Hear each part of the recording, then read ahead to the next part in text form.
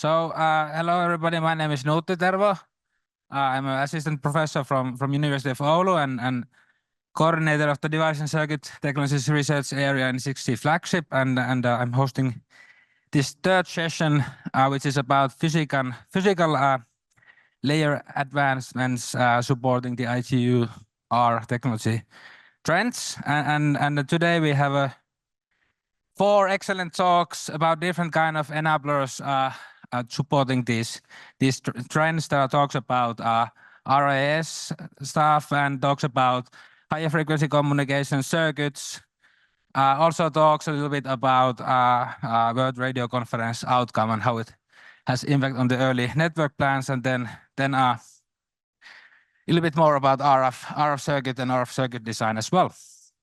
But I would say that without further jargon, I will give floor for Professor Mohamed-Slim Alouini, and he will give the first talk today.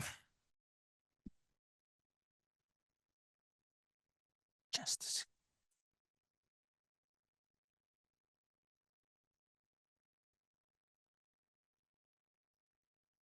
Okay, floor is yours. Thank you, Mr. Sherman, for the nice introduction. And I would like, of course, to thank the organizer for inviting me and giving me the opportunity to present some of our work in the area of RIS. This is work led by my postdoctoral fellow, Dr. Ngoc Phuc Ly. And it's, as the title indicates it, kind of a study on the promises, let's say, of RIS-aided terahertz wireless system. And here, the key word I would like to emphasize, we are looking at hybrid active-passive RIS. This is something I will introduce as we move forward in case you are not familiar with this particular flavor of RIS. So this is the outline of the talk. I will start with an introduction, giving some background, motivation, and the system model. I will then briefly, for a general audience like this, go through the main step we use to kind of analyze the performance of such kind of systems. I will also kind of highlight an importance optimization problem that can be done given the analysis that was conducted. And then I would focus more on the obtained result based on this study. So as you know, terahertz has been a focus of many of us in the area of beyond 5G and 6G. The main advantage that it kind of promises super high terabit type of data rates in a part of the spectrum that is unexplored. But of course, you know that terahertz and generally these extreme bands suffer from a high path loss and severe blockage. In other words, they do require a line of sight. Now, to bypass the line of sight constraint, there is an interesting kind of match, or let's say, opportunity to mix or to combine terahertz with reconfigurable intelligent surface. So I think all of you know what RIS are all about. They can basically allow you to create, let's say, a virtual line of sight link to kind of bypass blockages. So if you have a blockage in the way between an access point and the desired user, you can go through this reflecting surface. And here is the first interesting kind of highlight I would like to make. You are mostly familiar, or at least when we start talking 5 years ago, or even more like in 2017-18 about RIS, we were all highlighting or focusing on the so-called passive RIS. That was kind of a main, let's say, selling point of RIS at that time. Now, 5 years after, we realize that maybe having just passive RIS is not the way to go.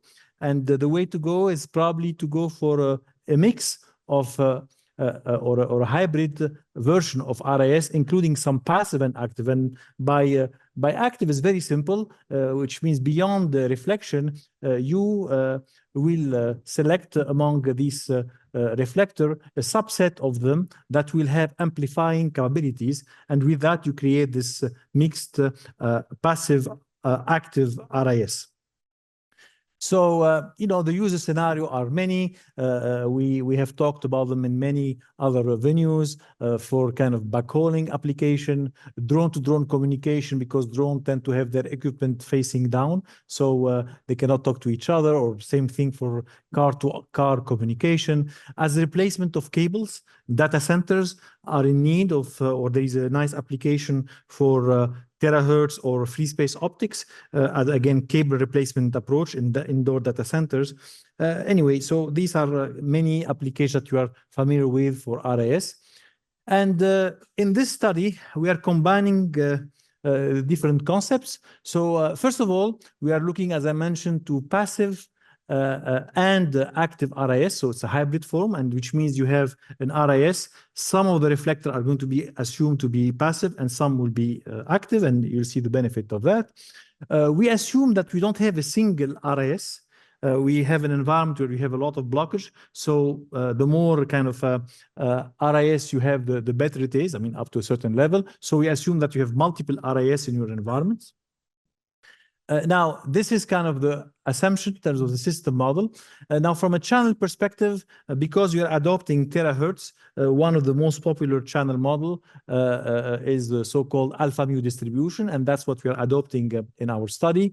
And then because you operate in terahertz and the kind of hardware is not as mature as we want to be, we assume that we have some hardware impairment that will be accounted for in our performance analysis. So all in all, this is a kind of system model that we have in place. So the signal that we are receiving is basically going through this. Basically, you have L clusters. So you have L number of RIS. Each RLS has ML number of reflectors. Some of these reflectors are passive, and some of these reflectors are active. Now, for every basically transmission or every link, you have like the first hop, let's call it H1. The second hop, which is HLM. This is from cluster L and reflector M. GLM is the second hop after reflection. And then what the role of the reflector in every single RIS is to do a phase shift. And if it's active, an amplification. So if it's passive, A is equal to 1. So that's your kind of end-to-end kind of signal. So what you receive is a signal. Now, because you have an impairment, you have this kind of hardware impairment factor phi, which is modeled as a complex Gaussian parameterized with kappa. The higher is kappa, the worse it is, obviously. And then because you have some active device, they will introduce some noise in this end-to-end communication. So this is a sum over the subset of active reflector. And then at the end, of course, you have your terminal noise. So now, given that, the end-to-end SNR can be written as function of this mathematical expression, where basically kappa is this kind of hardware imperfection factor. Gamma bar is kind of the SNR. Y is the magnitude square of this. Obviously, it's random because you have H1 and G1 random. Theta are the phase shift that you are setting up. And Z is again this random factor that is here. Now, just to make a long story short, our main contribution here is to analyze the performance of this system, which means statistically describe the distribution of gamma, so that we can derive outage probability, outage beta rate, capacity, and so on. Now, because we are looking at an energy efficiency factor, we need to account for all power consumed by this end-to-end system. So we have basically transmit power divided by the energy efficiency of the power amplifier. This is the power consumed at the access point, at the transmitting access point. This is circuit power at the end user. And this is the power used in the RIS. So basically, it's a sum of the power basically added in the passive part of the RIS and the active. Of course, the active part will be bigger. So this is the total amount of power used in our system. And then for the phase shifts, as you know, we can go for an optimal continuous phase adjustment, which is perfect, that we give to no error or mismatch. But this is usually hard to achieve because it's not always easy to estimate the phase in the terahertz domain. So often we go for discrete phase shift, which means you go from a continuous to a B number of bits. So if you have 2 bits, it's just 0 pi, 4 bits, you have 4 angles, and so on. So we looked at all these options. And This is a channel model used. We use the path loss. We use the so-called PDF and CDF of the alpha mu distribution, which is a general form of many popular distribution, have been adopted for all the performance analysis studies of terahertz communication. And here are the main results. So there are two kind of struggle here to analyze this, the performance of the system, is to find distribution of Y and find distribution of Z, which is quite complex. You see here we have an alpha mu distribution, alpha mu added over multiple reflectors. You have this angle that can be discrete or continuous. Same thing for Z. You have basically these random variables. So to make a long story short, we use the central limit theorem to approximate both random variable Y and Z by gamma random variable. So it's like the positive version of the central limit theorem. And we find the parameter of this gamma by moment matching. And as you see, the match is perfect. So you see here in red the empirical or simulation data, and in continuous the basically analytical approximation based on the gamma distribution for both optimal phase and discrete phase. And we see a great match for the PDF, CDF. That's for the signal Y. For the interference Z, we see also a very nice match based on the moment matching approach that we adopted. So all in all, we have a good approximation for desired signal, a good approximation for the interference. These are gamma random variable. These are the kind of things we know how to deal with nicely. And we're able to analyze in closed form the end-to-end system. So one of the things we looked at is how does the SNR scale? So one of the main results we were able to show in the paper is that the SNR scale basically proportionally to MA and square in terms of M passive. And if you have imperfection in the basically hardware impairment, you reach a floor. You reach basically kind of a limit, which is 1 of a kappa square. So of course, if kappa is 0, it becomes infinity, which means you don't reach a floor. And there is another interesting theorem we were able to derive based on our asymptotic result, is that the gap between the optimal phase and discrete phase, in the case of no impairment, basically, it doesn't matter. Actually, you don't need to go for optimal phase because at the end, they perform the same if you have a high number of active or passive element. Now, if you have perfect, basically, hardware, no impairment, there is always a gap, as you see here, between the continuous and discrete phase. Now, okay, based on that, you can derive a closed form expression in terms of hypergeometric function of the Ausch probability. You want to get rid of the hypergeometric function, get an asymptotic result here at a high SNR, which is kind of involving only very special functions, very simple functions. Same thing for the capacity. You can have the expression in terms of the Meiji function and the asymptotic expression in terms of simple function that don't involve any special function. And then once you have these results, as I mentioned earlier, as part of the introduction of this talk, you can look at the so-called overall end-to-end energy efficiency of the system, defined as basically the capacity divided by the total power. Total power, remember, is the power used at all levels from transmitter to reflector to the end users. So you can always write as I1 P0 plus I2, where I1 and I2 are constant. P0 is the kind of power you want to use to fine-tune to optimize your energy efficiency. Okay, so that was our kind of problem of interest, and as you'll see, you can reach an optimum. So, you know, if you look at the paper, you can look at the parameter that we use. These are standard parameter based on terahertz, based on this kind of RIS that are used in similar papers. We assumed kind of an indoor, let's say, data center type of scenario for our study. And based on that, we looked at end-to-end performance of such kind of deployment, where we have 4 clusters of RIS, and every RIS have like here 80 reflector, here 60 reflector, and so on. So first result, Ausch probability. Obviously, when you compare here no hardware impairment to hardware impairment, of course, no hardware impairment will give you a certain advantage. And then continuous phase give you always a slightly better performance than the discrete phase. Now, analytical and basically simulation result match perfectly, the red circle and the solid curves. Asymptotic results start matching at relatively high SNR. Capacity, when you have similar to SNR, when you have basically impairment, you will reach always a plateau, basically shown here for like impairment. Without impairment, you keep growing, and there is always a slight advantage of using continuous phase compared to discrete phase. But, you know, that's kind of the main kind of result out of this. And here is optimization I talked about. So here what we are looking at the overall end-to-end energy efficiency as function transmit power P naught.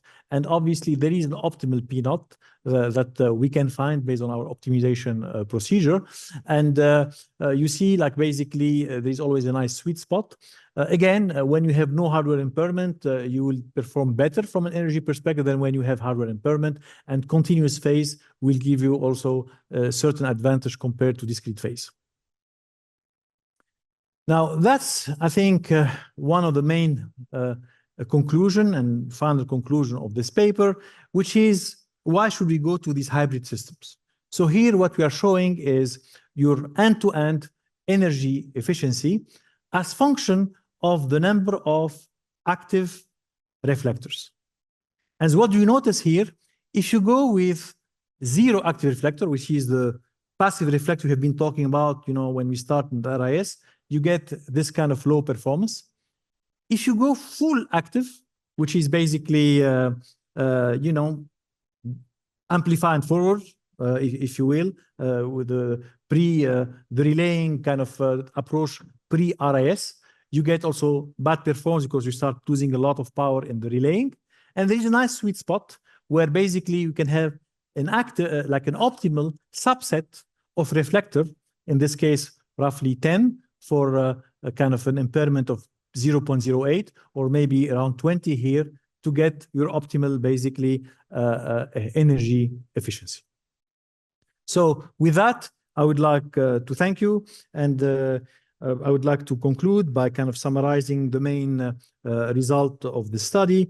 Our objective was to kind of analyze the performance of hybrid, and by hybrid we mean a mix of active and passive RIS reflecting elements in a terahertz type of environment. We looked at the end-to-end performance of such kind of systems. We analyzed them in terms of asymptotic SNR, exact arch probability and asymptotic arch probability, exact capacity and approximate or asymptotic capacity. And then we kind of derived the resulting energy efficiency and the subsequent optimization that can be done to find the nice P0 to optimize the required energy efficiency. And we concluded that there is an interest in using this hybrid or mixed active and hybrid RIS because they give you a nice optimum performance from an energy efficiency perspective. And the key to all this that we are able to use from an analytical point of view, this nice usage of the center limit theorem or the positive version of it by approximating these kind of two kind of complicated random variables for desired user interference using gamma random variables. With that, I would like to thank you, and I will be happy to take some questions.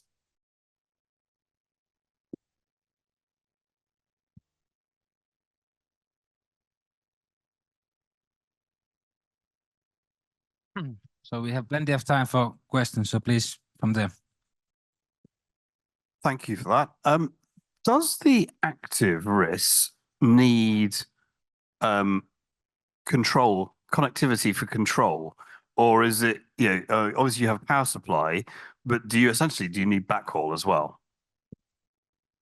The active RIS, yes, will need some like control. You mean control information control? Yeah, of control from the network. So yeah, you essentially, presumably, you have to. Yeah, I mean, so anyway, so essentially, wherever the RIS is, maybe you could do it with power over Ethernet. But I'm like thinking from a practical point of view, when you put one of these on the ceiling or on the wall, you need power to it, but you also need connectivity to it as well. Yes, you will need the power, and you will need, of course, connectivity to be able to control the type of element that you would like to activate or put them operating in a you know, based on the channel estimate and so on. So there will be definitely some kind of control. I think even for passive RIS, you will need that kind of control because you need to change the RIS or configure RIS based on channel state information. So I think that's a given that minimal connectivity should be for control should be made available to these RIS, active, passive, or hybrid. Any other questions? Go ahead. Okay, please.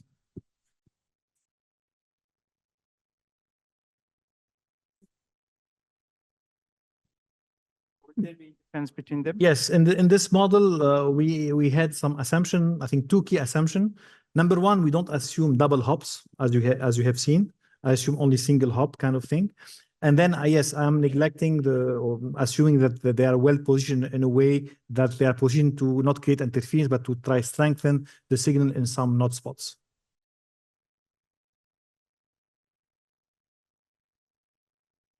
There. Thank you very much for your interesting talk. Can you show me the last slide? I mean, last result. I think x-axis is a number of, yes, this one. So let me confirm my understanding. So if you would like to increase number of active parts, so then it's possible to achieving better energy efficiency. So yes, that is correct. Because what happens, remember the way energy efficiency is defined is the ratio of the capacity multiplied by the bandwidth divided by the total consumed power. And part of the total consumed power, you have the power that is going to be used for the active RIS. And the more of them you have, the more power you're still consuming, and that will degrade at the end your overall energy efficiency, because the ratio, the denominator will become big compared to numerator, and the gain in capacity is not kind of compensated by a kind of an increase or a similar increase the increase in power consumption is not compensated by similar increase in capacity. But does it mean like if we use all of RIS as the active one, it's possible to achieving the best energy efficiency? Yes. Or is there any, okay. Yeah, so this is exactly what I was saying. As I'm saying, there's a nice sweet spot in the number of subset of elements that you need to kind of activate in order to maximize your energy efficiency. I mean, the more you activate, you have higher capacity, but this is going to come at the expense of higher power consumption. But how about the actual capacity for this part? I mean, oh, okay. I don't have a slide on that, but clearly capacity is going to increase. The more the better, because you pump a little bit more power. But again, the rate of increase is not interesting enough to compensate for the amount of power that is going to be used, and that's why you are using this energy efficiency metric to capture this trade-off. Okay, thank you very much. Okay, I think we can take one more and then move on.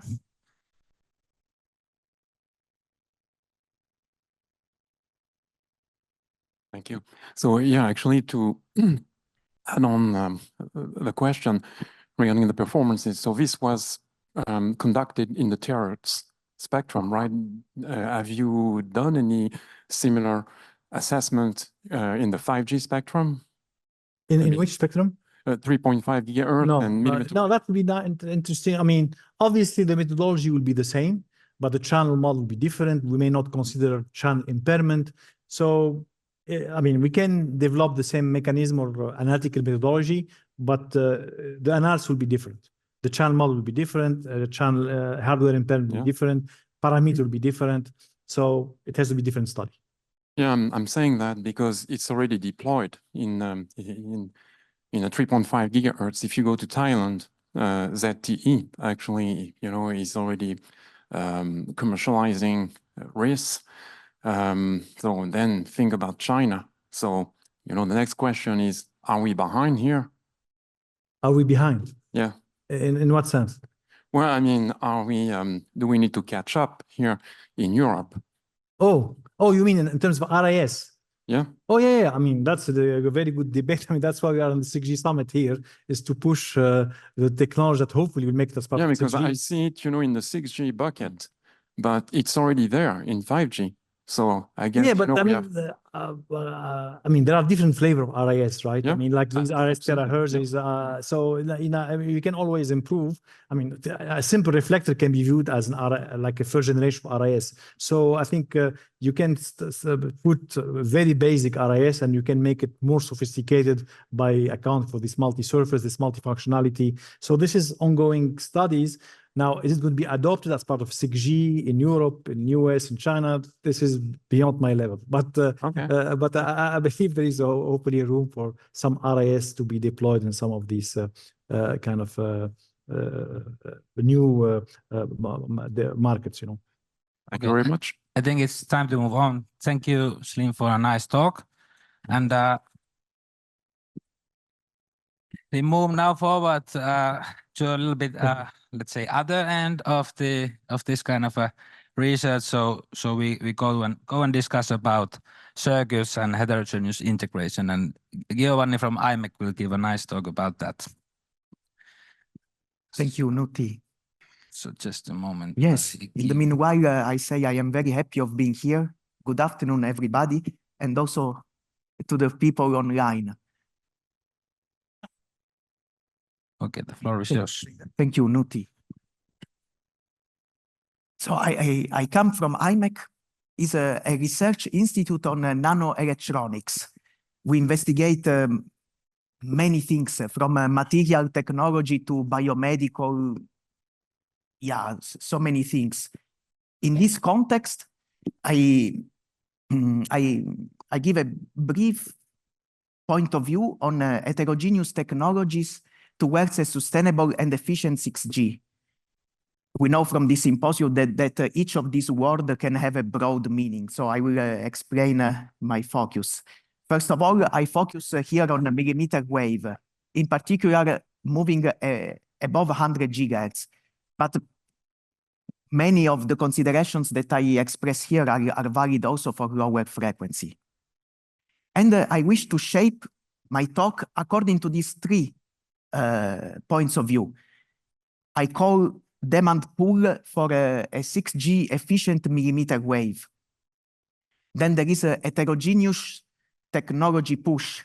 Here in my talk for technology, I mean the material technology, silicon versus indium phosphide, gallium nitride. So with technology, I mean material technology. And the third point that it's good that gains more and more attention, sustainability. In my talk, I focus on sustainability of production of the chips.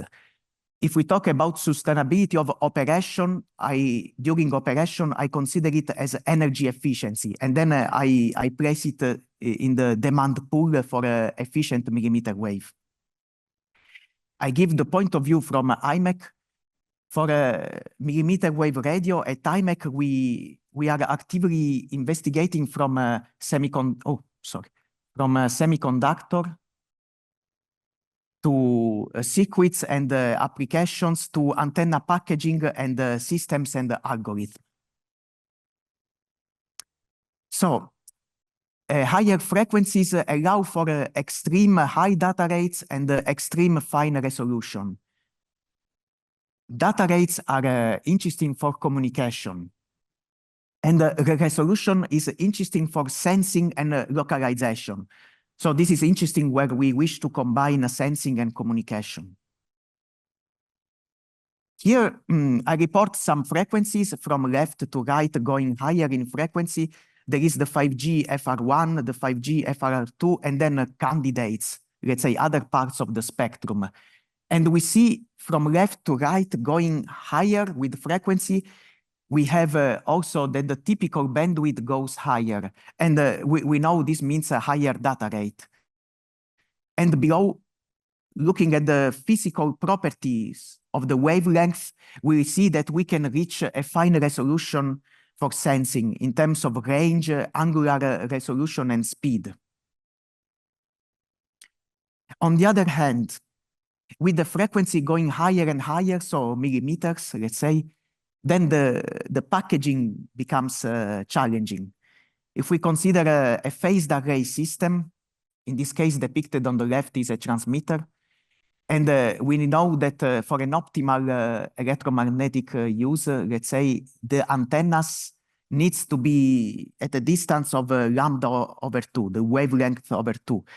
From a study reported on the right, higher frequency, lower lambda, the array size goes down and then becomes comparable even lower than the chip size. The chip size, in first approximation, the size has to do with the functionality that we want to put on chip. So there can be this conflict here. Now, going to the circuits, from baseband to antenna, if we go from the right to the left, so from baseband to antenna, we can classify mainly 3 families of functionality, let's say. And here I am simplifying a lot. In this context, I'm simplifying a lot, so I give just a simplified perspective. We have here the digital modem that has the digital signal processing, and we can consider here also the conversion from digital to analog or analog to digital. Then we have here the RF functionality, RF chip, that has the frequency conversion, up conversion or down conversion, and the frequency synthesis to synthesize a clean sampling reference signal.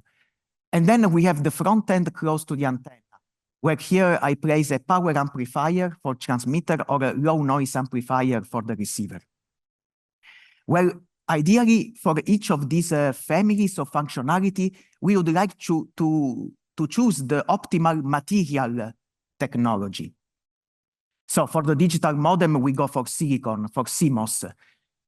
It's best at power, performance, area, and cost of digital, fast digital operation. For the RF chip and the front end, since here the functionality is more on analog RF, there are other figures of merits. It's not as the fast digital operation. We have, for instance, a need of a high signal-to-noise ratio. Also, we have analog operation at high frequency, and also we have parasitic effects that impact the performance at RF. Now, for this functionality of RF chip that is in the middle, we still have nowadays a lot of digital functionality needed also for this RF chip. That's why for the RF chip, we still like silicon for a fast digital. We would like an improved silicon, a silicon that also has capabilities for RF, especially for beyond 100 gigahertz. In this case, a good candidate is the so-called SOI, silicon on insulator. On the left, for the RF front end, we actually can benefit from other materials. In particular, for above 100 gigahertz, indium in the compound of indium phosphide shows a good performance and efficiency for above 100 gigahertz.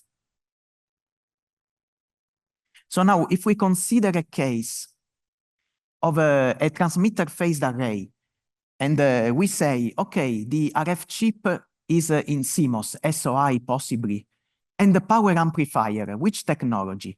So we have this case and we fix, for a fair comparison, let's say we fix the equivalent isotropic radiated power that we want.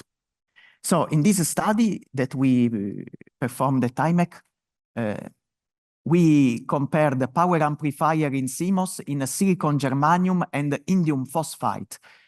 And we vary the number of antennas and we estimate the power consumption of the transmitter.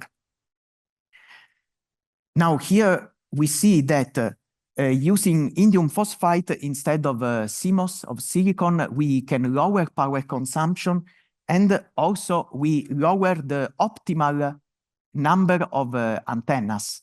So it means that we have lower power consumption and smaller footprint. On the other hand, this requires a more mature and cost-efficient indium phosphide technology. Here, silicon is very mature, silicon and cost-efficient. Indium phosphide a bit less, and also requires integration with CMOS because we still use a CMOS for the other functionalities. Here comes what in my talk I define heterogeneous technology push. We have different technologies for different functionalities and put all together. We have, in this case, indium phosphide for the power amplifier, for power and efficiency.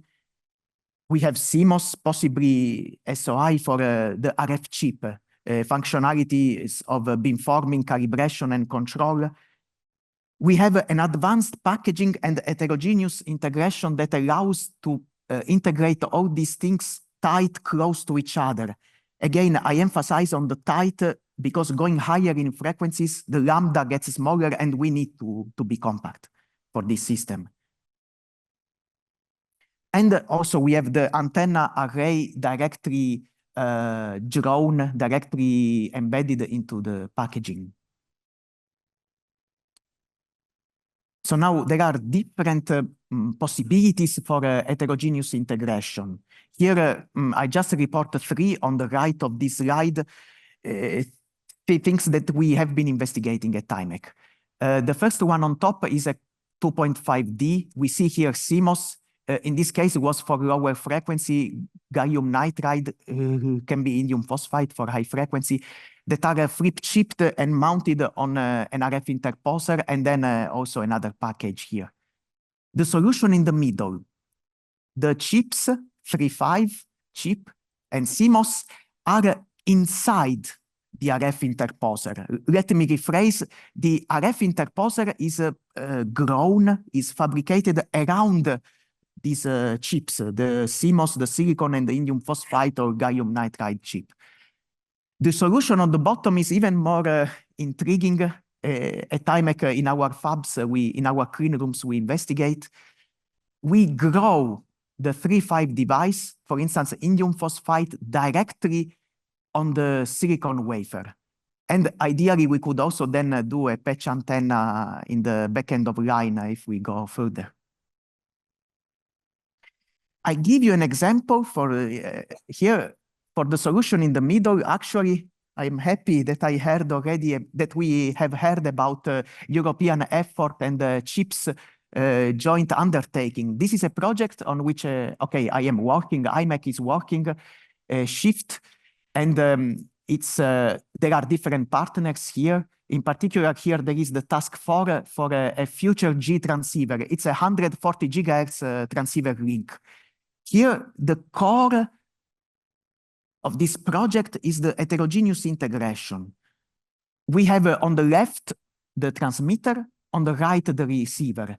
And if we focus here on the transmitter on the left here, we see in the green the RF chip in BiCMOS from ST Microelectronics. And on here we see the power amplifier in indium phosphide from a 3.5 lab in France. So these two chips of different material technologies are going to be embedded within the same advanced RF interposer from AT&S. This heterogeneous technology integration on PowerPoint is very easy. Of course, you can imagine that there may be many challenges, even just the electrical contact from the silicon chip or indium phosphide and the interconnection. Already that is already a challenge. So now I go back to indium phosphide, and I show here some possibilities of getting these indium phosphide chips devices. The first one here on the left is the one currently available commercially from foundries. There are foundries that make wafer, and then from this wafer they dice the power amplifiers, the system in indium phosphide. Another possibility to integrate indium phosphide onto silicon is to dice here the devices, and then to, let's say, I say easily, bonding these indium phosphide devices onto the silicon wafer. This other solution, intriguing, that we investigate at IMEC is to directly grow indium phosphide on top of the silicon wafer. This is based on a heteroepitaxial growth, and we see nano ridges. Here there is a beautiful, or I mean, for me, beautiful, I mean, as a technologist, I mean, a beautiful cross-section of the nano ridge in indium phosphide grown epitaxially over silicon substrate, silicon, yeah, front end of line. I've been talking about the demand pool of millimeter wave, technology push. It's beautiful. What about sustainability? So in this context, I just give a brief mention of sustainability in the production. We have seen in this forum that sustainability has a broader view. I give here just a consideration on the production. If we consider a user equipment, for instance, a smartphone, we see that actually from this study, 70% of the carbon footprint comes actually from production. Then only 20%, at least according to this study, comes from the use of the smartphone. And from this 70% of production footprint, half of it comes from the fabrication of these integrated circuits.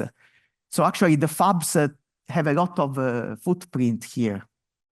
So at IMEC, we engage in a life cycle, or we start to engage in a life cycle assessment defined according to some standards.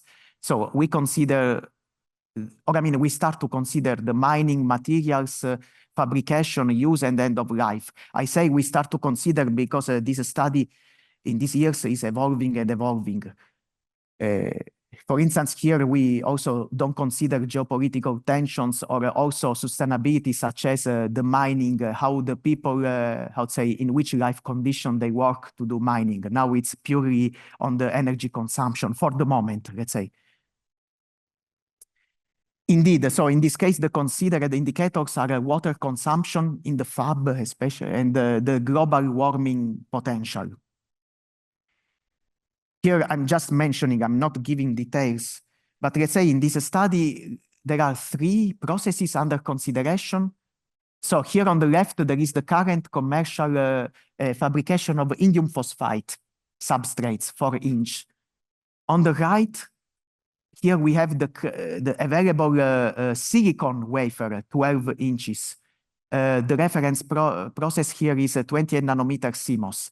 And in the middle, our this investigated process at IMEC of directly growing indium phosphide on the silicon wafer. So here, to summarize, what we have seen in this study is that this novel approach that we propose at IMEC has a global warm impact of 30% higher with respect to the reference technology.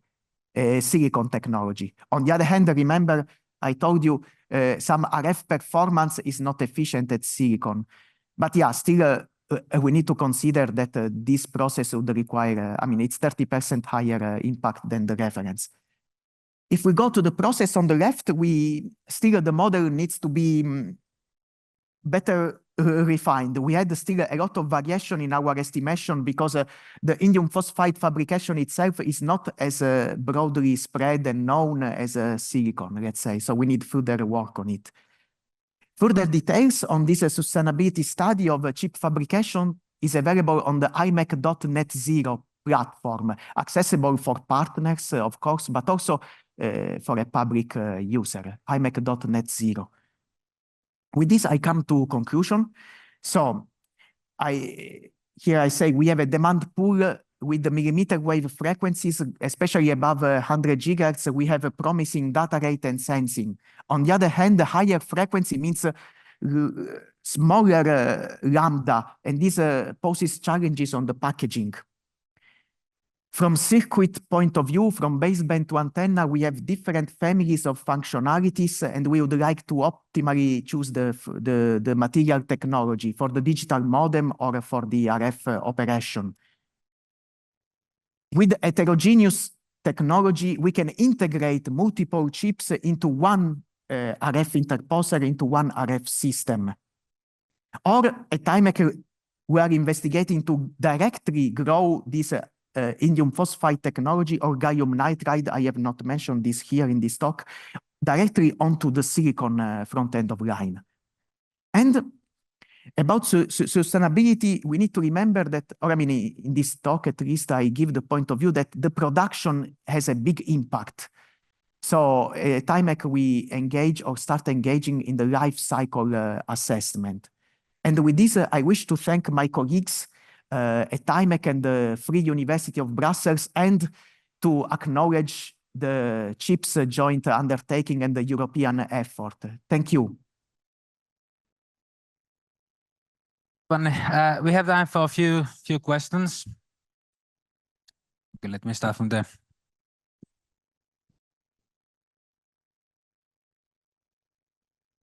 I have a question regarding the packaging. How do you see the packaging with interposer and the wafer level packaging? How do you compare? How far we are from wafer level integration of 3, 5 and silicon? So is IMEC doing any circuit design in that particular packaging, or how do you compare these two technologies? Yes, thank you. So for the packaging, so you are asking a comparison of the different packaging, in particular the one with the different chips into one RF interposer, and the other solution that I say we integrate directly. So this last one is a medium long term. Okay. I mean, for that one, there are, I mean, the integration itself has been proven at IMEC, but of course, to make it mature and robust for then a product still is, I mean, is far. So the one that I see closer is so taking the chips from different fabs, so the silicon chip, so actually the European project that I show, I think this is closer to industrial, okay, not yet robust for product, but it's close, because actually different partners there are involved in different steps. Actually, this is a good point, because it shows the level of almost industrial or production maturity. So I would say at the moment, as far as I know, also from some industries, companies, that's the one they are looking at. So different chips, the digital modem, RF chip, and the front-end chips with different technology. And actually more mature is maybe the one that I showed first, and I didn't talk much. Actually, these chips chipped on top of an RF interposer. So actually, that's even more mature. There are already solutions with that. So yeah, the more mature is from the top that I showed till bottom. Okay. But the one in the middle is getting relatively mature. The one on the bottom is for the medium long term. Okay, in order to keep the timing, I suggest that we give applause for Giovanni and thank you for the next talk. So thank you. Thank you. Thank you. Yes. So next we jump from the higher frequencies a bit lower and talk about a bit industrial perspectives on these kind of aspects. So Ari Kynaslahti from Nokia, floor is yours. Thank you.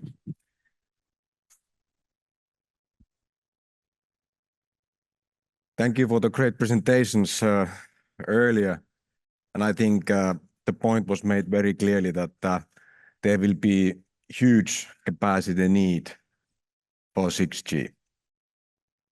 Especially when we discussed the use cases, I was astonished with the numbers you said.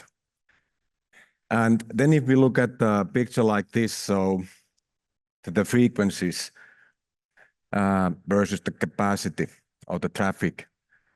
So if we first look at the green part here, which is the regular mobile traffic, well, that keeps on increasing.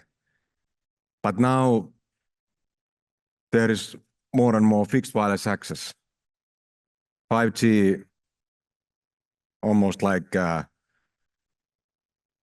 afterthought for many, gave the big use case for 5G, the fixed wireless access, and it's being built globally in many places.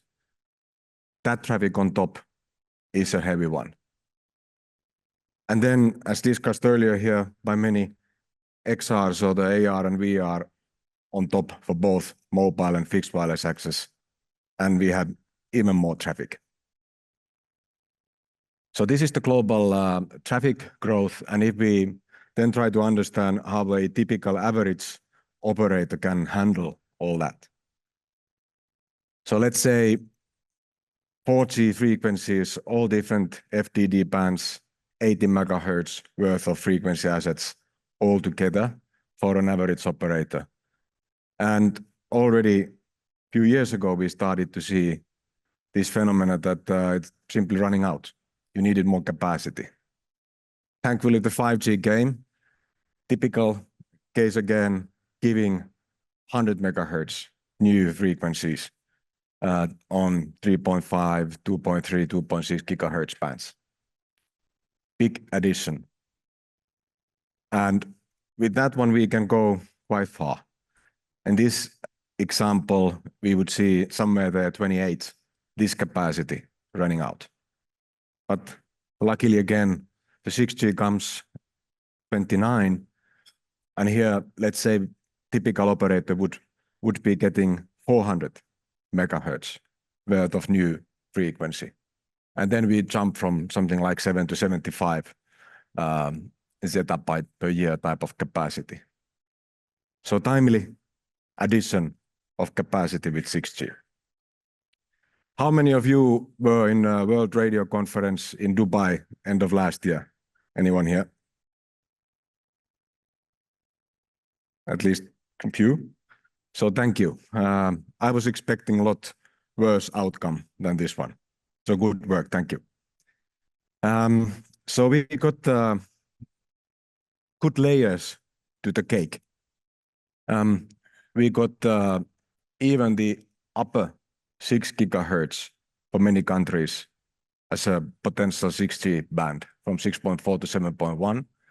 And then I would say the most global band for 6G, the 7.1 to 8.4 gigahertz, plus some around 14, 15 gigahertz, 4.4, 4.8, and even something below 1 gig. Plus, coming back to the previous presentation, the sub-terahertz above 90 gigahertz. Plenty. Thank you. But there, I mean, it's not that trivial. If you look at then this split in a global scale, poor colleagues, friends in US, as a 3GPP guy, I would say that you did the mistake and you gave the upper 6 gigahertz to unlicensed. Same thing in Saudi Arabia. But okay, even there we can do something. I mean, we have done it before. We have put 4G on unlicensed band. We have standard for it for 5G. We could do the same for the 6G. Why not? Plus then the good thing in US is the whole 7.1 to 8.4 being there. There we have a problem in Europe. In the middle, we have a NATO using the frequencies on this band. Many countries, many regions, we can indeed take the right decision for the upper 6 gigahertz and make it licensed IMT band. Many countries, regions, we have this 4.4 to 4.8, good 400 megahertz worth of frequency in a good frequency range. Plus then the higher frequency, which is getting more towards the millimeter wave of building the products. But especially these around 7 gigahertz frequency bands, how do we build the networks there? How do we make it commercially viable for us, vendors, operators, for the whole ecosystem? We need to do something like this. So we have learned it the hard way as an industry, the gravity of the site grid. So when we, for instance, in the early days of 5G, in some places we were forced to start the 5G with millimeter wave, which you really cannot deploy from the current sites. We were very creative building the new sites at the lamp posts and traffic light poles, covering the city canyons, soon going indoors. It was difficult to get the richness of the end user devices, the UE supporting millimeter wave as well. But really this gravity of the site grid, it was so difficult. So in US, we needed to start with the mmWave. But as soon as the C-band, the 3.5 gig came available, boom, it was a nice 5G introduction there as well. Plus for the others who started with the 3.5 gig. And it really is how the networks are built. So it needs to be, this box needs to be roughly 40 to 70 centimeters and less than 20 kilos. And then it's deployable to the current site grid, to the current site infrastructure. A person can carry it. You don't need a crane to install it.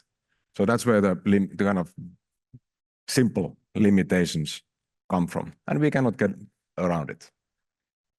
Good thing now going to a little bit higher frequency is that, well, we can pack more into the box.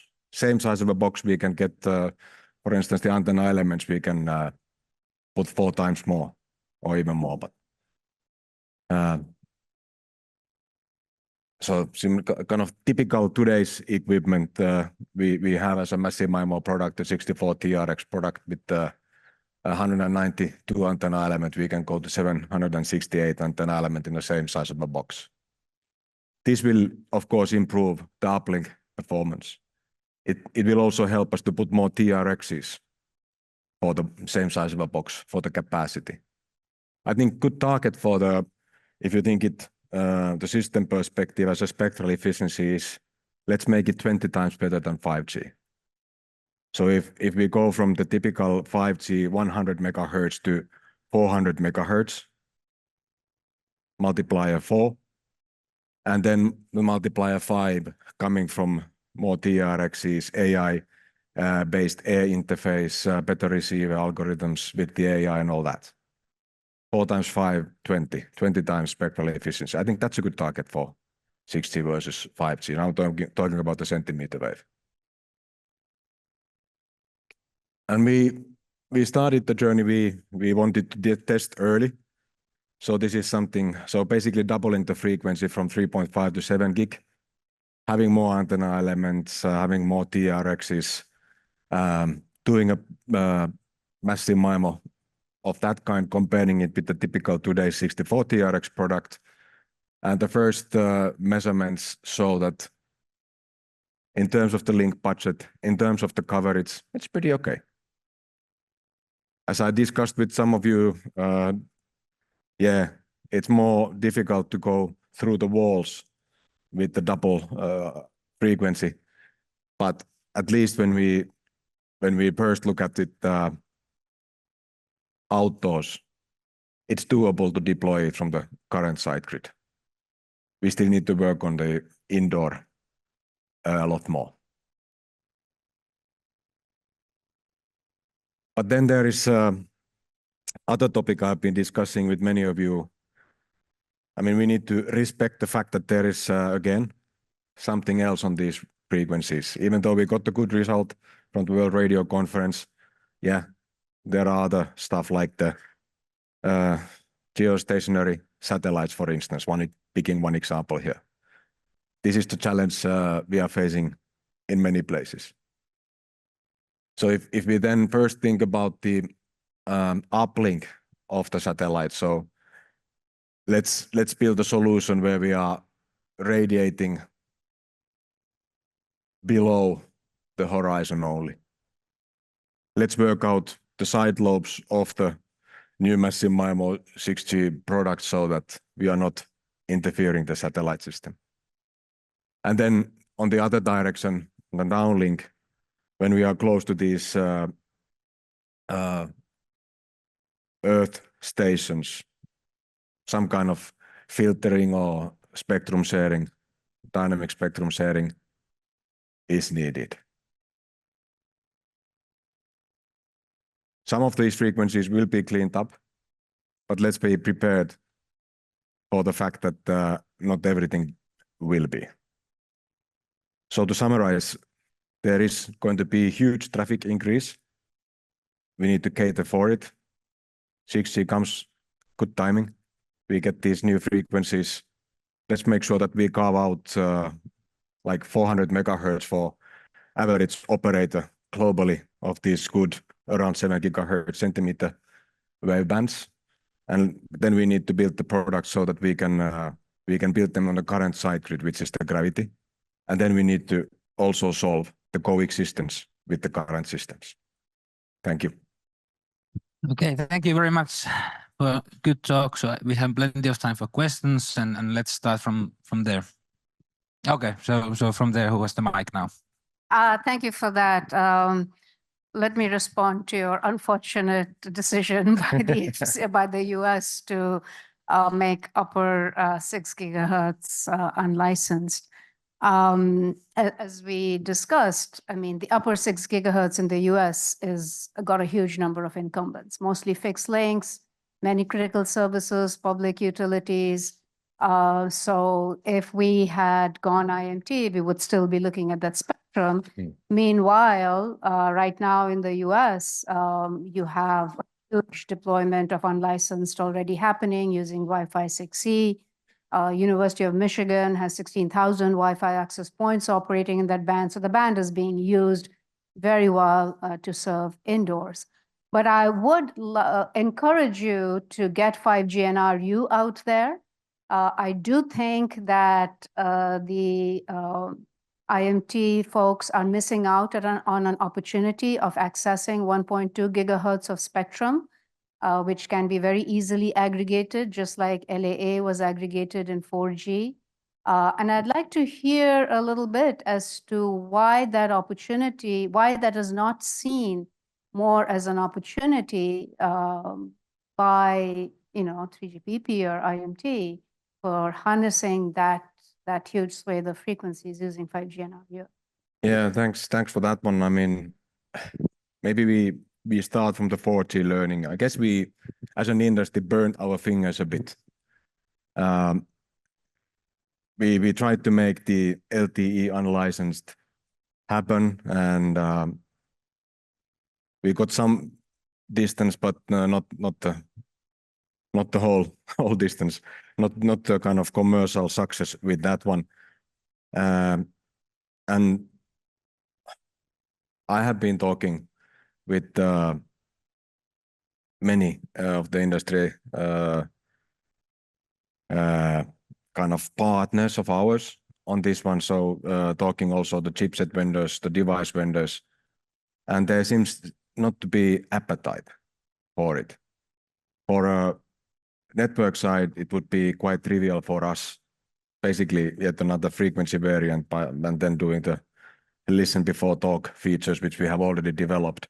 So it would be quite straightforward for us. So we would like to do it, but haven't got the rest of the industry, especially the device side, with us. So there is no appetite. But now looking at this picture, I'm pretty sure that there will be.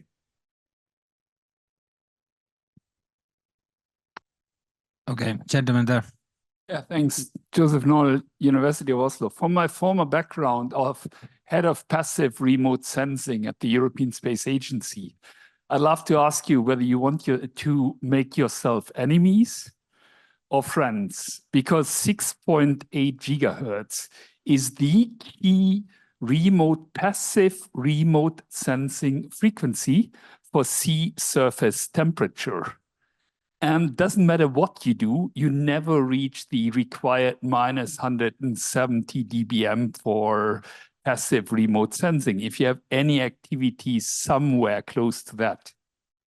Yeah, thanks for the question. I don't want enemies, but this is yet another challenge. So thank you for reminding us. Let's go backwards. Always, I mean, we started GSM on 900, and then somehow we managed to get to 1800 in use, and ever since there has been new frequency taking to IMT, and there was always something on that band we were able to take to IMT use. So in that sense, nothing changes. Did we make enemies in the past? I guess sometimes we did, but let's try to make it more as friends. Let's try to coexist in a best possible way. But there is always something we need to sort it out. Okay, there's one more question. The guy who had the mic previously, could you please pass it back there? So he was the next in the line, and this is the last question we can have, and then we have to move on to the next one. Thanks. Given that the mobile industry is always talking, including today at the European Ministers' meeting on telecoms and infrastructure investment, is always talking about the challenges of growing traffic against slower growing revenues. Is it wise to seek to expand FWA, given it uses 20 to 30 times more data traffic per user than mobile broadband? Yeah, aren't we essentially saying, actually, we'd like to create more of this problem with exponentially more traffic through our own choices rather than doing mobile as a mobile industry? Excellent question. So if you would ask somebody like T-Mobile US, they would say, yes, of course. They have created several more $billion extra business with it. Same thing if you would ask it from Reliance Jio in India, yes. So it's when there is enough capacity and you realize that the mobile broadband is not consuming all of it, what do? Let's do fixed wireless access. But you're absolutely right. You get more dollars per hertz in the mobile broadband, so you need to be careful that you don't make that system suffer. So you need to do a slice or some kind of a solution so that you always secure the kind of part of the network, the part of the traffic, which gives more euros or dollars per hertz than the fixed wireless access. But because there is the excess capacity, why not to use it? Okay, thank you very much for a good discussion. I think we will move on in the agenda. So thank you, Ari. And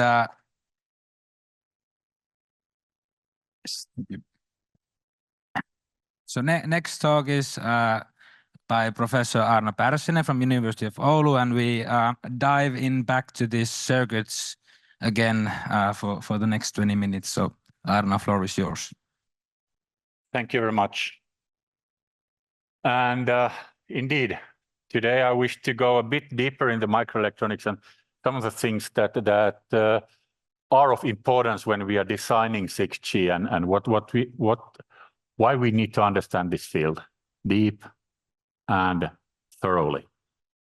So I ask the same thing as with Ari. So who has ever designed an IC circuit?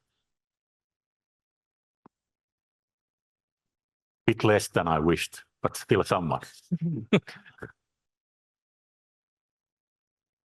Anyways, this is kind of an obvious. So we have the enablers and we go with those. We need to have the enablers well in advance compared to what we are trying to do the products. That's why some of these interests, what we are discussing today, might not be 6G. They were potentially to become 5G. We know that the market has not ramped up. It doesn't say that there wouldn't be any easy solutions for the lower frequencies either. But we need to master the technology. We need to understand the technology to be able to use it. One of the things in microelectronics is very difficult for many of us because it's actually a very, let's say, highly multidisciplinary field in itself. It's complex. It requires a long education by itself. People who are interested to that are more interested about the physics than mathematics. And we are kind of having then three different kind of elements. And it's very easy to look at it from the software system product design perspective. You need to make the products, you integrate the products. If you want to be really competent and capable, then you go at least to the next level, which is the fabless chip design. Because if you are mastering the integration and system, you are having the opportunity really to understand where the power is consumed, what is happening for your algorithms, what is the interference that you need to be protecting against. So you make friends if you know how to avoid some of these highly physical things that are called sometimes RF, sometimes spectrum. And it's us who are either doing something good or destroying the whole behavior. And then we are having the semiconductor manufacturing and fabs. And we used to have that all in the same package. And that's been gone already for a long, long time. So I've been always a fabless chip designer and going from to the system side. But if we then look at the portfolio and how companies are working, we're having still a few real fabs, TSMC, Global Foundries.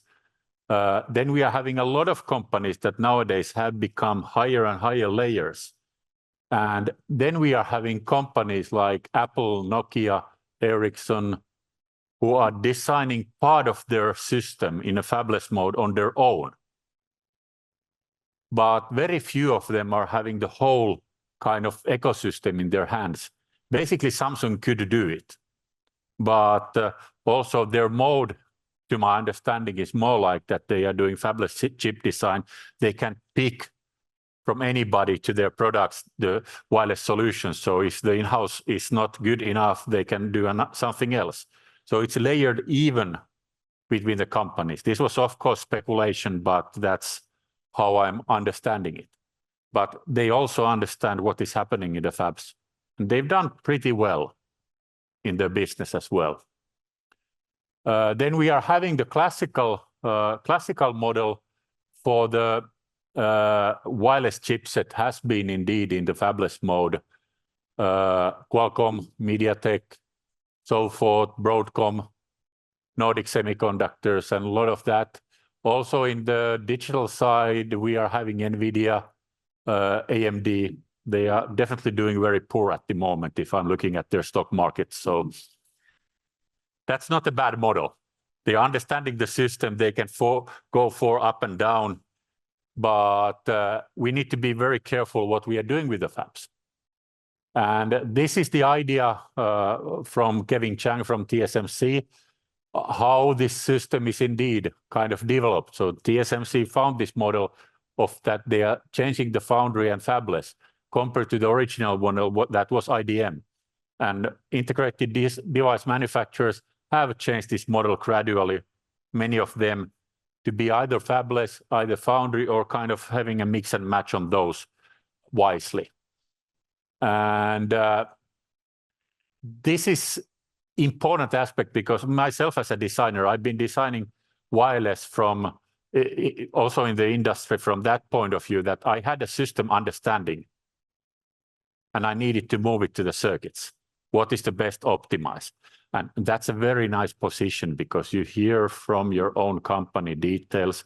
You can be a bit more advanced. We can prepare beforehand. And then you know the details, tricks, and so forth.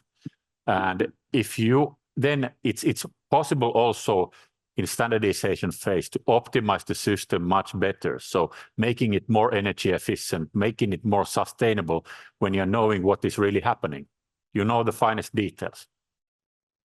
In HexaX, we were really building the first phase in the right momentum. So looking at also enabling hardware technologies, not just radio channels, MIMO, waveform modulation, beamforming, but really wanted to bring already the early view on what hardware could be, what are the real limitations, and especially when at that time 100 to 300 gigahertz was a very hot topic.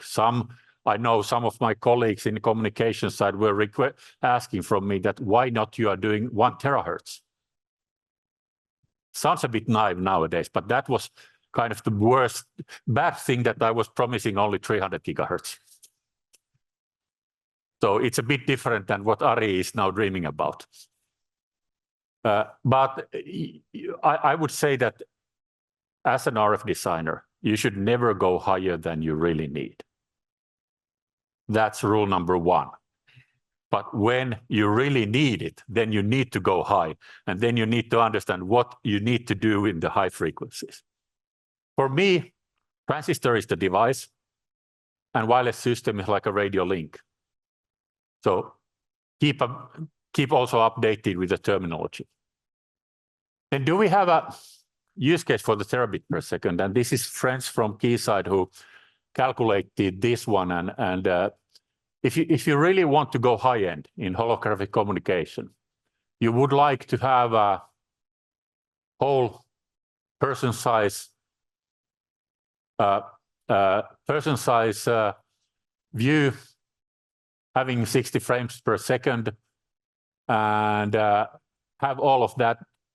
It takes 4.3 terabit per second. So everyone who is working with the holographic communications, maybe you can compress it a bit, but your friend there, that's 8 terabit per second. And all of us with the same resolution, that's going to be quite many hundreds of terabits per second.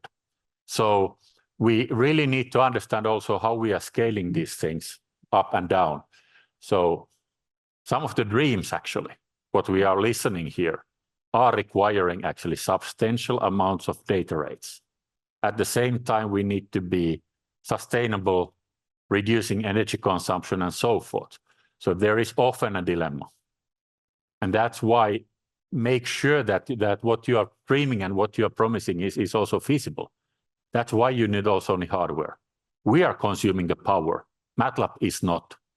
AI is consuming the power, but it might be consuming it somewhere else, far away, as many services in the internet and in the cloud. So you're just changing the trouble to somebody else. But the sustainability aspect is there. As we go higher in the frequencies, we are getting poorer transistors. We are getting lower output power.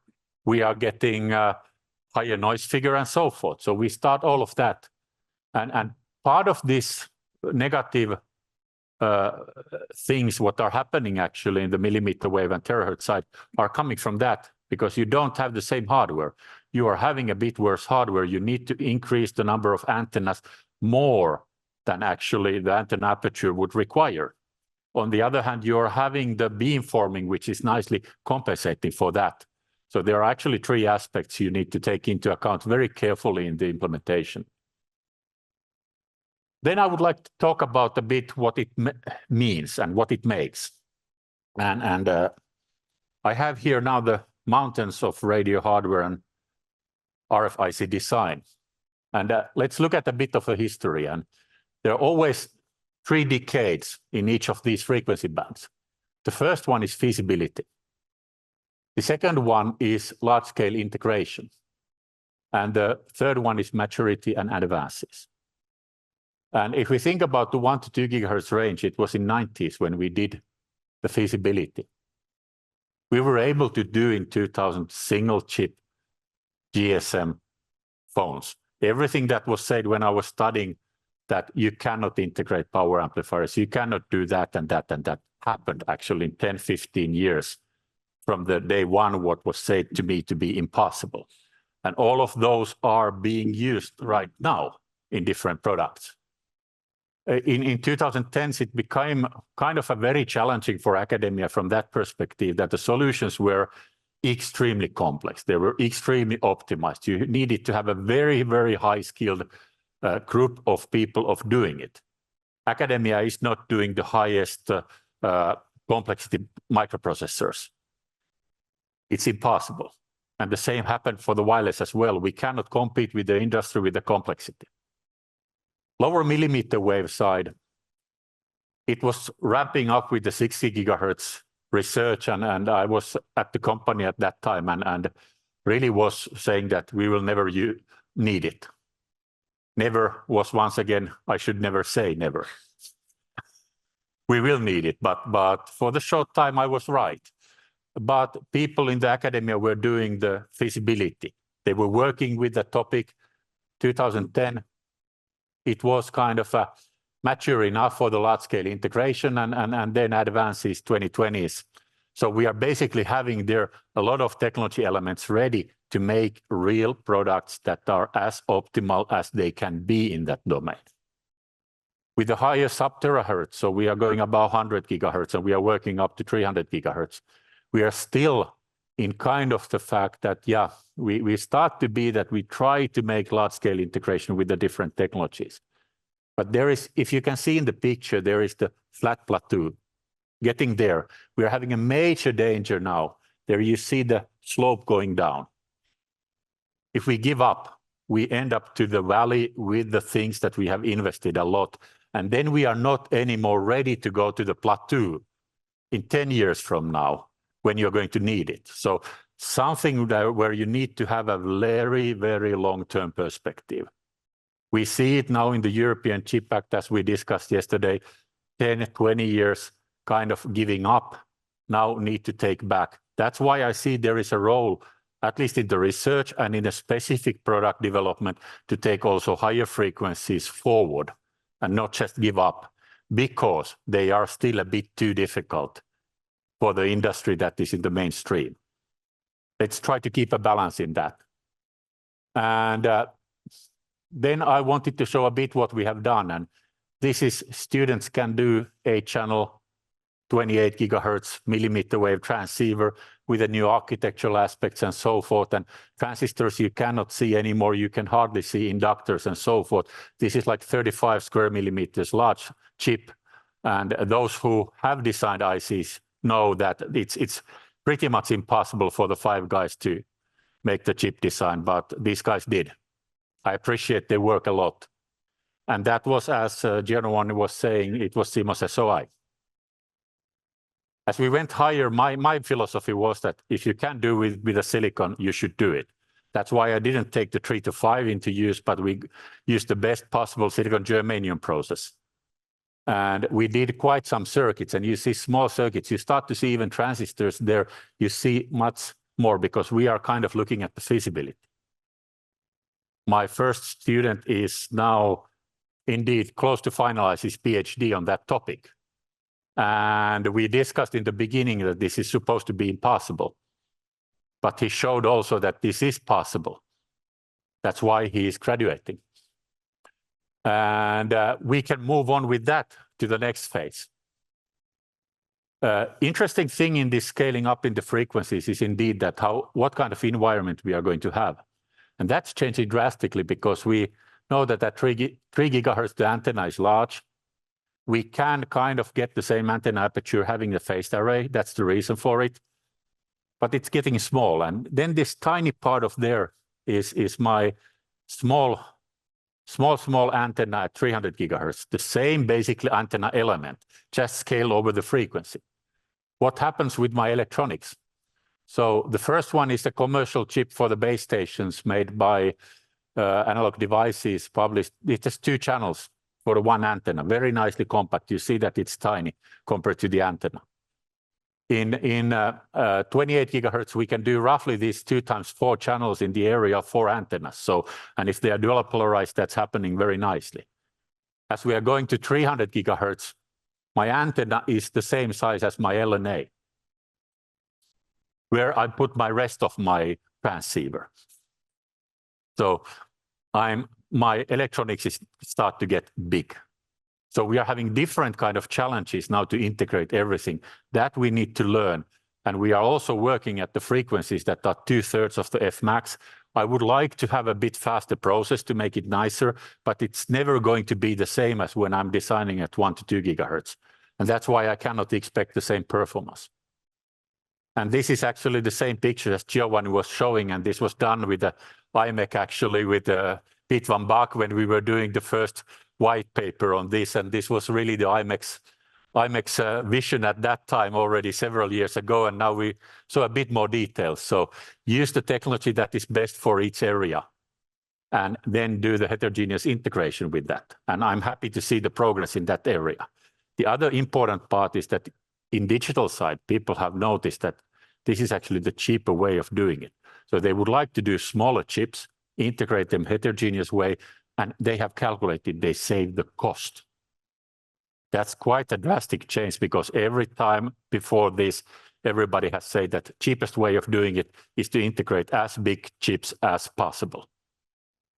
Even that, which is forever, has changed. Performance. This is indeed interesting. I compared several technologies, and there is silicon germanium, and that's a relative range. And I think that the operators like this one because this is giving directly the difference between what is the technology difference, so forth. So I calculated link performance and relative range. If I'm having a silicon germanium 28 gigahertz solution with the same antenna size, antenna aperture size, I get 9 times more range compared to what I'm getting at the 200 gigahertz. And even if I'm putting the indium phosphide there, which is a better technology, I'm still lower than at 28 gigahertz. So this is a kind of a sign. Never go to the frequency if you don't need it. It's not economical also from the technological point of view, but sometimes we need it. It was very interesting to see the photograph of the black hole. That was done at 200, 300 gigahertz range with the radio, not with the normal photography. That's why we got it out. So there is a use, and maybe we get these holographic things happening, and that's what this makes. So what, when, how? Technology will never take us automatically forward. Even more slow anymore because you need to have a heterogeneous integration on the digital side to optimize your cost and your user happiness. This is always a multidisciplinary thing. Even within our own domain, this is multidisciplinary. I cannot design a transistor. I'm just a user for that. And I need a lot of friends there. Then I would like to convince my friends in wireless side that, yeah, please come and discuss and let's try to find something that we can even talk, that this goes right. Therefore, hardware aware or even hardware friendly protocol design for the 6G, I would say it's a must, whatever frequency you are taking. New use cases will come after enablement. So it's a bit difficult to think about them in advance, what is really happening. If we are thinking them too far, we are going to have a very much a disappointment in our marketing because technology was not there yet. So let's keep the customers satisfied and also test our dreams in advance with some real thing, which is also economically and power consumption-wise satisfactory. But we need to do the research now before we can go to the products. And the timeline is depending on the frequency and depending on the problem, 10 to 20 years. So for the SLIM, I would say that, yeah, this reflective amplifier is a nice thing. We are working on that. And it's the nastiest animal I've ever seen so far in my design life. It's very good research, but don't think you have it yet. I'm going to cause you quite some surprises. So entropy tends to always increase from business to technology. We need to take all out of the existing and make it better. We need to still create something that is not obvious. So from that point of view, it's very nice that we are having these ideas, what we can use, how we can look. Try to make RF to look ideal. We try to do that. We have always tried to do that. Make it in a black box that you don't have to care. 2G in GSM, we needed to go and optimize the system against it. Now, maybe this is too much to ask also this time for the 6G. So better to understand better what we can do before we go. Thank you very much. Aarno, we can take a few very short questions to keep time and let you time also to go for coffee. So please.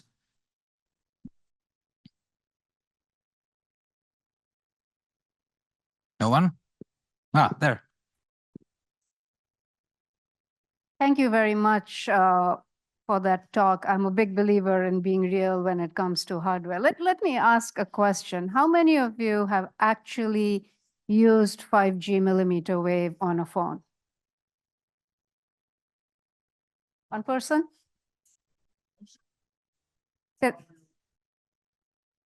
How do you know that? Well, that's what I'm asking. How would you know that, right? Right. No. So we have done a lot of research and measurements on actual 5G millimeter wave base stations in the US where we've connected with the phone.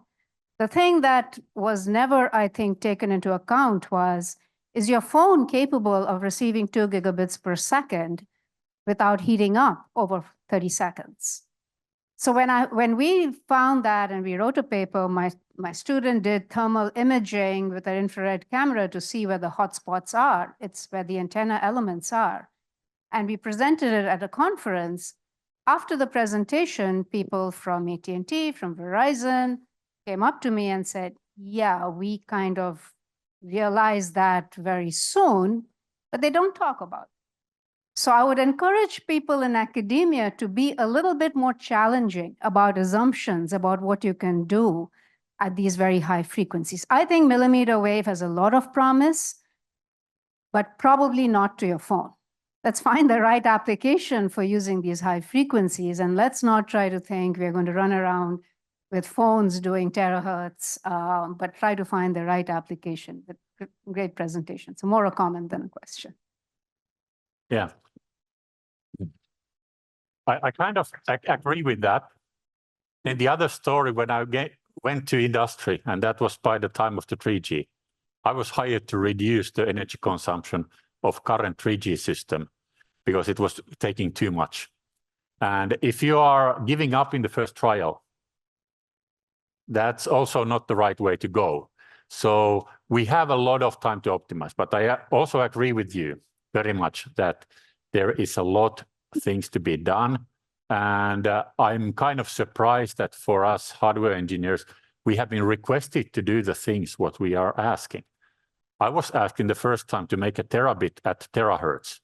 I say that I can try 100 gigabit at 300 gigahertz and to see if that is feasible. So don't even try farther than that. And I know that there is this long path towards the real things with that. And we've seen it in the millimeter waves, and we need to move forward. We shouldn't give up because otherwise you're never getting it. When your spectrum is ending, you're already filling it completely up at lower frequencies. So this is kind of a hen and an egg problem, and that requires engineering effort and a lot of it. Okay, I think we can conclude here. So let's give applause for Aarno and rest of the talks today.